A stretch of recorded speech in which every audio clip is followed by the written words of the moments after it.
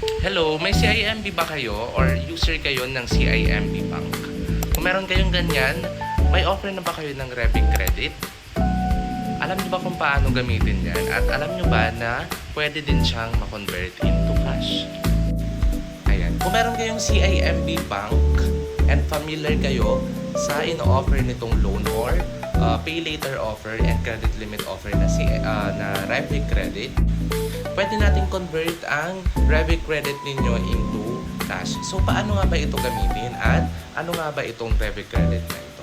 So, si Revic Credit ay isa ring credit limit offer na ino-offer ni CIMB Bank. So, bali si CIMB Bank po yung nag-o-offer ng credit limit ng Revic Credit. Ano nga ba gamitin si Revic Credit? So, sa Revic Credit po, yung 70% niyan ay yung total credit limit ninyo na pwede nyong kunin as cash advance na pwede nyo siyang bayaran in installment. Samantala yung 30% niyan, yan po yung pwede nyo lang siyang gamitin pang bills, pwede nyo rin siyang gamitin pang bayad ng insurance, and itong pay bills natin. So, yung 30% dito sa total credit limit nyo sa Revic Credit ay yung pwede natin i-convert into cash. So, paano nga ba ito?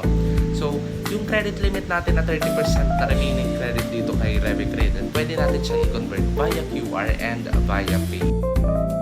Sa Revic Credit, you can get up to 250,000 credit line, and this is fast approved or ma-approve kayo kaagad once na nag-notification na sa inyo or nag-send na sa inyo ng notification si CIMB Bank na pre-approved kayo, and you will just need to apply, and you will just need one valid ID and income documents. So, need mo ba ng pambayad ng bills? Si Revic Credit, pwede mo siyang gamitin pambayad ng Meralco, pambayad ng electricity, ng telco, and ng iba pang bills. So, kung meron kayong mga available na mga credit limit dito kay Revic Credit, pwede natin i-convert yan into cash. Just direct message me dito sa aking Facebook account, John Lennon Patrica, and then may YouTube channel din po tayo.